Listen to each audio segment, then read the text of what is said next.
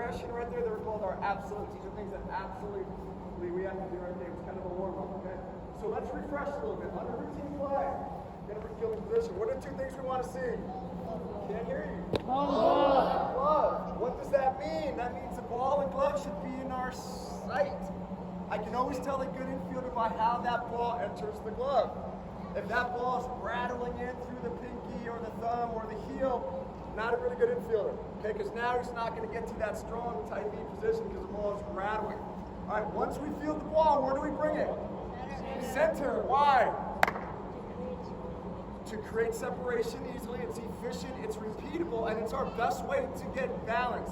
So go to a power position off the field and go right to power. Now we're in a good strong position to throw. Right, tight V, strongest position. Don't allow him to push your arm down. Strongest position as an infielder. So now if he fields that ball and he brings his glove to his right hip, is this a tight V?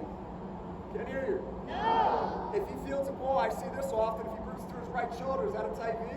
No. If he fields a ball and brings it out here, is this a tight V? No. Guess what? 3 different arm slots, 3 different release points, 3 different bad throws. Right? So the key is field it, bring it to center every time. We're going to separate, super efficient, super strong, super accurate. You're going to throw the ball. What kind of spin do we want? 12-6. We want 12-6 spin when we throw. The ball should be just straight backspin. That backspin's going to cut through the wind. The ball's going to go straight with pace.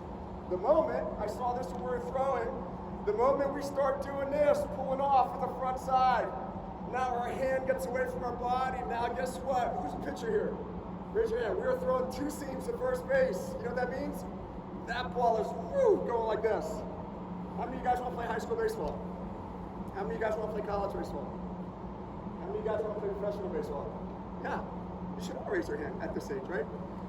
Throwing, right? In order to play that sport, you have to have a plus arm if you want to play shortstop at a high level. All right, so you have to throw 12-6 spin. You have to make sure you throw that ball with pace and it is straight. The moment we lose our legs and go like this, now we lost our lower half power. The moment our hands get away from our body, now we're not being efficient with our separation. So all these things matter. Every ground ball on every drill matters. So when we say go to power, you have to go to power perfectly every time. Not 2 out of 10, 3 out of 10 because I'm talking to my buddy and not paying attention. 10 out of 10 times. Does that make sense? All right, so get in a backhand position. And again, this is just review.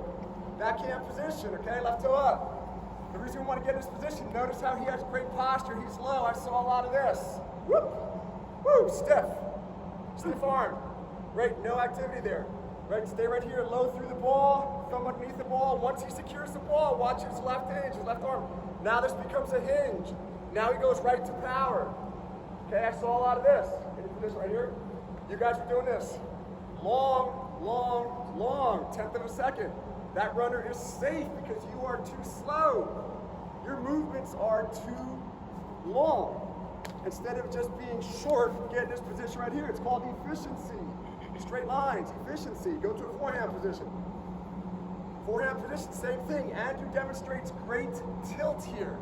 So tilt, can you guys say tilt, is when your glove is in this position right here. I saw a lot of this, creating a ramp.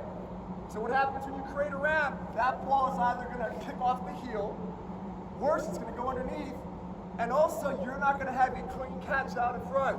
When you tilt and go up, the ball is always going to stick in that position right there. Does that make sense? And again, what are the 2 things that you can see?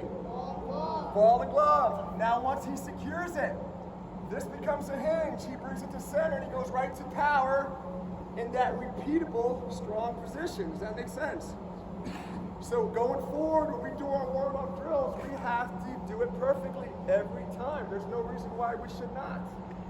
There's no pressure. Nobody's running down a line. We have to be perfect every time.